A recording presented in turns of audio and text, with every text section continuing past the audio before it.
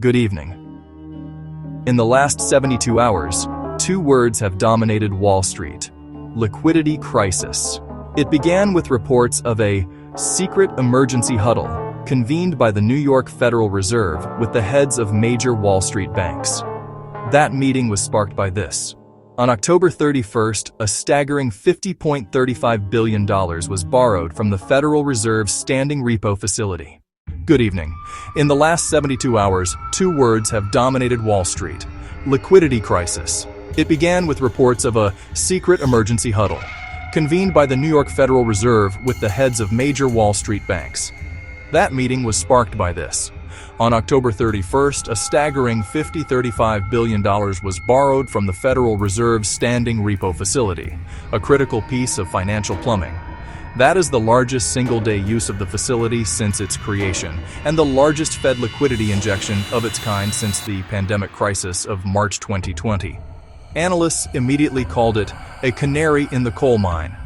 The question on everyone's mind is simple and terrifying. Is this a repeat of 2008? Is the financial system breaking? And is this the final warning of an economic recession? Tonight, we will analyze the data, all of it. And the data tells a very different and far more nuanced story. This may not be the crisis you think it is.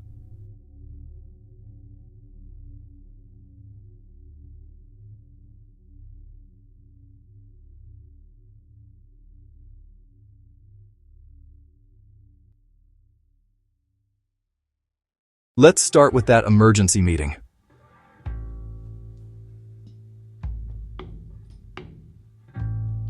The reality is slightly more mundane, but perhaps more telling. The meeting wasn't a panicked, unscheduled emergency call. It was a closed-door discussion held on the sidelines of a long-scheduled public event, the 11th Annual U.S. Treasury Market Conference. The Fed's own spokesperson said the meeting was to continue engagement on the purpose of the standing repo facility and ensure it remains effective for rate control. This is a classic case of policy jawboning. The Fed wasn't orchestrating a bailout, it was confronting a stigma paradox. The SRF, or Standing Repo Facility, was designed in 2021 to be a simple, stigma-free tool for banks to swap treasuries for cash, effectively putting a ceiling on overnight rates. But a stigma persists. Fed officials, including Cleveland Fed President Beth Hammack, have said they are disappointed and perplexed that banks would rather borrow in private markets at higher rates than be seen using the Fed's facility. A backstop that banks are afraid to use is not an effective backstop. The Fed's emergency huddle wasn't about a crisis. It was about the Fed telling the banks, "Use the tool we built for you." But that meeting was prompted by a very real strain, and the data here is critical. On October 31st, that $35 billion injection came in two waves. $35 billion in the morning and another $30 billion in the afternoon. This wasn't just a brief glitch. It was, as some analysts noted, a persistent cash shortage. The New York Fed followed up with another $22 billion operation on the following Monday, November 3rd, just to calm the system. This pressure is visible in the market's benchmark rate. The Secured Overnight Financing Rate, or SOFR, has been climbing. As of this week, it hit 4.0%. Now, 4.0% is the top of the Federal Reserve's own target range. It is also the rate of the SRF itself. This means market rates have risen to the absolute ceiling, and the Fed's facility is the only thing keeping them from breaking through. This is, without question, the most acute liquidity strain we've seen since 2019. So, the panic is justified, right? This is where we must make a crucial distinction, one that defines the difference between a technical problem and a systemic crisis. Liquidity versus solvency. A liquidity strain is a dash for cash, a shortage of available funds. A solvency crisis is a fear that institutions themselves are failing. That's what we had in 2008. So, how do we test for a solvency crisis?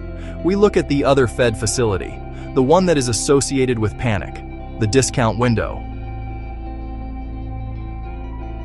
The discount window is the true lender of last resort. Banks only go there when they are in serious trouble and cannot get funding elsewhere. If we were in a 2008-style panic, discount window borrowing would be skyrocketing. But here is the single most important number for this entire analysis. The Federal Reserve's H4.1 data release from this week shows that for the week ending November 12th, borrowing from primary credit, the main discount window, was just $6,733 billion. That is not a typo. $6.7 billion. That is a low, normal, background noise level. It is nothing compared to the hundreds of billions borrowed during the banking stress in March 2023. What this data tells us, definitively, is that this is not a crisis of confidence in the banks themselves. We are not seeing a bank run. Furthermore, in a true crisis, panic spills into other credit markets. Right now, it's not. The November Financial Stability Report noted that spreads on corporate bonds are low and stable. This is not a dash for cash. It's a plumbing problem. This brings us to our second and most important question. Even if it's not a financial crisis, is this plumbing stress a leading indicator of an economic recession? For the last 2 years, the market has been defined by a strange disconnect between the financial markets and the real economy. And right now, that disconnect is wider than ever. The financial plumbing is showing stress, but the real economy is signaling the exact opposite. The single most reliable recession predictor in history is the U.S. Treasury yield curve. When it inverts, when short-term bonds yield more than long-term bonds, a recession has followed almost every single time. And we just experienced the longest yield curve inversion in modern history, a 16-month stretch that began in July 2022. That signal was flashing bright red for a recession in 2025. As of this week, the yield curve is firmly positive. The 10-year Treasury yields 4.14%, while the 2-year sits at 3.62%. That puts the spread at a positive 52 basis points. The market, which spent 2 years pricing in a recession, is now pricing in a soft landing. This narrative is supported by the broader economic dashboard. GDP. The economy expanded at a robust 3.8% annualized rate in the second quarter. Labor. The labor market is cooling as the Fed intended, but it is not collapsing. The last report showed an unemployment rate of 4.3%. Inflation.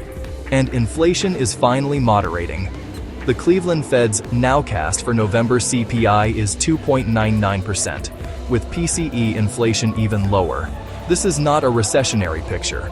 It's the picture of an economy that is rebalancing after the Fed's aggressive rate hikes. So, what is the final verdict? Here is what the data suggests. The liquidity strain on October 31st was the final shuddering symptom of a massive pincer movement on bank reserves.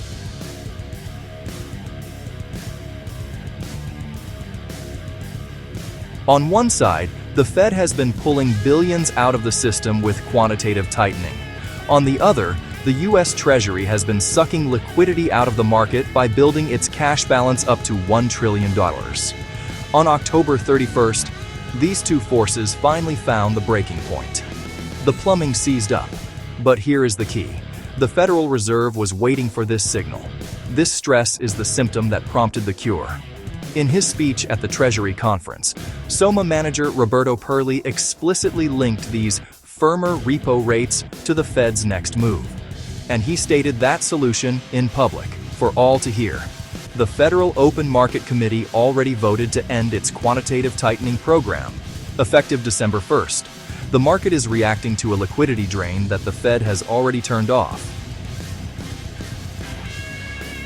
So, no, this is not a systemic crisis. The $6.7 billion in discount window usage proves that. And no, it is not a new sign of recession. The positively sloped yield curve suggests that risk has faded. The repo market stress is a lagging symptom of a monetary tightening cycle that is now over.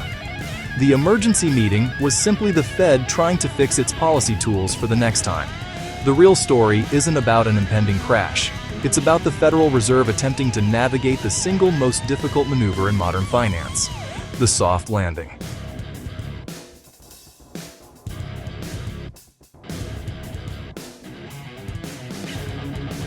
Whether they can stick that landing, that remains the trillion-dollar question.